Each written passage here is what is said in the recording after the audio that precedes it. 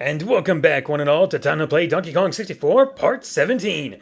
In this episode, I'm going to be doing things a little differently because I originally wanted to get a video out that would more commemorate this day. And I'm hoping I get this video done on the same day, this September 29th, because it was the 20th anniversary of the Nintendo 64. Yes, I really wanted to get something special for that. I was going to try and get the 20 list for the N64 games. That, unfortunately, did not happen because of, well, I could have planned it a little bit better, but there were definitely circumstances beyond my control, very personal reasons. Even though I could have planned it a little bit better, it was just not in the cards to be able to make it work. That being said, I was also going to try and do some kind of more of a special video on it, more of my history and my thoughts, and the problem is I just couldn't make it feel truly special. But I didn't want to give up completely. I wanted to have something out there. And the little Twitter post I made wasn't going to be enough. Even a video like this was going to be, would at least make me feel a little bit better while I still continue to work on the 20 list as well as the Kalos list. Speaking of which, before I get into my little history lesson with the N64, I'm going to have a poll on my Twitter asking if you guys want the 20 list in one video, all 20 entries in one video, or do you want me to split it up? Do you think you could handle a list video that could be about 30 minutes to almost 40 minutes, or do you want two separate videos? You let me know, and I'll take over from there. We'll see what the results are. And I do want to point out that I do like the fact that there are banana coins in here from DKC2. I thought that was pretty cool. I loved how they referenced the DKC series so much. But I mean, what do you expect? K64, it's rare. Of course they're going to reference their own stuff. But I just like when and where they referenced it. Couldn't have found a better place to do it. I mean, they could have had like other kind of coins, but nope, they're banana coins. So, I like that. Alright, so, on to my own little history with the N64 and when it came out and everything. I mean, I go all the way back to when my brother showed me a screenshot of it. I think it was an EGM magazine. It was definitely a video game magazine that showed a screenshot of Mario 64. It was just Mario looking up at a thwomp, and I didn't understand what it was. I mean, it was just a screenshot of Mario looking up. You know, in his perspective, when you go into first-person mode, which doesn't have first-person, but it goes behind his shoulder or whatever, or at least behind his back. You know what I mean when you push up, or the up C button on Mario 64. I didn't understand what it was. There was no way I could. To understand the N64, you had to see it in movement, which is very fortunate for me. I don't know how, because Nintendo actually sent out a video, a promo video that showed the N64 and at least showcased 3 games that were going to be for it. Mario 64, Pilot Wing 64, and Star Wars Shadows of the Empire. Even though in North America, the N64 only launched with Mario 64 and Pilot Wing 64, to be honest, Mario 64 was all you really needed, so anything else was just kind of, extra. Good extra, but extra. So after seeing the promo tape, which I'm still curious as to how they even got our address, because I wasn't able to get Nintendo Power at that time. So to me, the only way they actually had our address was when I sent the Super Nintendo in to be fixed. But even then, it was sent into an actual building, a site. We didn't mail it away. We took it to an actual repair center for it. So I'm still a little baffled that Nintendo had our address. But I'm not going to complain because it got me to understand the N64. And once I saw it, I started saving up for it as quickly as I could. You see, my parents, I think the last system they got us was the Super Nintendo. But after that, they didn't want to get us anything else. And even though it may sound like the N64 was the first one I saved up for, it wasn't. I saved up for the Sega Genesis. And my brother... my oldest brother saved up for the Sega CD. I don't know why, but okay. So he had that.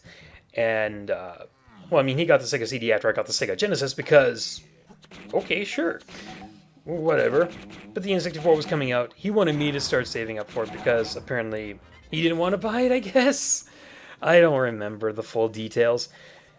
But I do remember that it just seemed like an eternity to get the right amount of money for this thing. That being said, and also, well, I guess, no, more to the point, I didn't have things like allowances. The only thing I had to rely on were grandparents, God bless them for dropping a 20 every now and then, and of course, you know, holidays and situations like that. I was able to finally save up enough, and I don't remember the exact moment I saved up for it, probably sometime in November, but Best Buy at the time told me that we had to be put on the wait list because I think I'm going to go ahead and keep showing. If I fail, I fail. I'm just going to keep going because I really want to keep going with my story.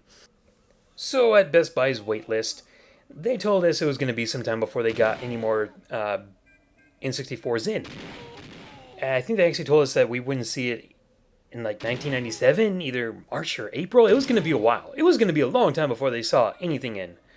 But hey, you know, it was the only thing you could do at the time. Amazon and eBay didn't exist. And even then I wouldn't have gone for eBay. You never know what you're going to get on eBay sometimes. I haven't done that. I've just seen pictures and heard stories. But whatever.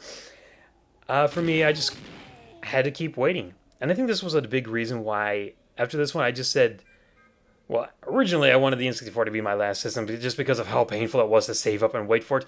But that didn't last for very long because once the GameCube was announced, I immediately started saving up for that. And I think it was because of how painful it was to wait for the N64 that I didn't want to wait for any other new Nintendo systems to be after they came out. I wanted to make sure I didn't make the same mistake again. Thankfully, I didn't make that mistake with the Wii. Almost made the same mistake with the Wii U, but fortunately, there were still enough to find. The GameCube was actually the first one I was able to actually make to the launch of the system. So, that was pretty cool, but that's kind of irrelevant to this story because the N64 launched. It was hard to find. And by some other miracle, like almost like this was all meant to be, I guess.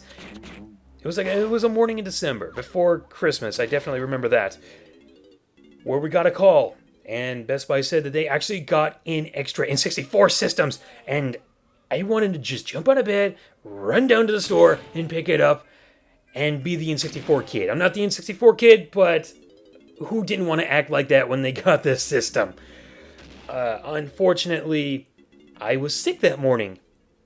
Fun times, right? Hey, we got the system you've been waiting months for. That was my day. My mom and my brother went down to go pick it up. Dad's at work, as he should be. But unfortunately, I was sick. And that kind of made me a little sad. But it didn't matter because they got more of them in before they were expecting them, which was amazing. I have no idea how they got them in. Did they rob another Best Buy or something? I don't know. I don't care at this point. I had it. So, for me, I had an N64 at the same year it came out. That was kind of important for me. I got a year one N64 that is still working to this day, and I don't take that for granted. I've heard of N64s that have died, and I know mine's going to die at some point. It's inevitable, and when that day comes, a small part of me is going to die with it.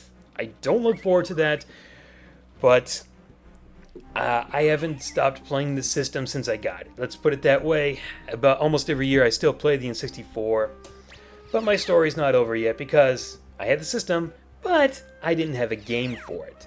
What could I get? Well, there were only 3 titles once I had finally gotten it. Do I have the... Okay, I do have the Stomp. Okay, I'm fine with DK for this. So... yeah, only 3 titles. Mario 64, Pilot Wing 64, and Star Wars Shadows of the Empire. Of course, right? Unfortunately, you couldn't find any of them. Even find... You think finding the system was hard? Try finding the games. I couldn't find... I was able to rent Mario 64, and I think I was able to rent Pilot Wing 64 at the same time as well. However, I don't know. I think I loved Mario 64, but it was just like, okay, I beat it, now I want something new for this system. I would eventually go back and get it. Unfortunately, I don't have my Mario 64 cartridge anymore. I do have it on the Virtual Console and the Nintendo DS remake of it. But don't be confused. I do love Mario 64. I just don't have the original N64 version anymore. It sucks, but yeah. I don't want to explain why I don't have it anymore. Just know I don't have it anymore. That being said, I was able to get one N64 game for that year, but unfortunately, it came at a hefty price. And I do mean a hefty price.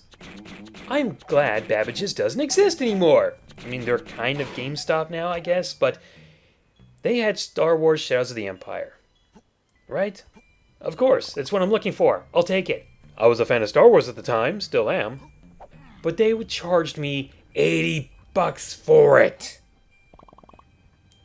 And I bought it because I'm an idiot. It was just, I wanted to own a game for the system. You couldn't find anything. This was the only chance I had. And I don't even think we could rent Star Wars Shadows of the Empire at that time. So this was all I was going to be able to do. And that sucks. But hey, Shadows of the Empire, first game I have for the N64. And for me, the N64 is just this system that reinvented old franchises, introduced me to new ones. It was a thing that gave me an uncountable moment of laughter with all the multiplayer games. I loved it so much. I still love it. I still play games like this, like the one you're watching, to this very day. And I will continue to work on the N64 list as well as the Kalos list. But until then, I'm going to go ahead and end this once I get the banana. And I want to know, was the N64 your favorite or not? And if it wasn't, do you have any special moments, any special memories you want to share with me on this? Share with everyone, I guess. That'd be cool, and I would love to read them. And on that note, I have to say, I'll see you guys in another video. Later, everyone! I'm not even gonna... Blah, blah, blah, blah, blah, 50 coins, blah, blah, blah. Yeah! Oh, I hate that minigame. I have to use restore points in the future on the Wii U. Oh, isn't that gonna be fun? Okay.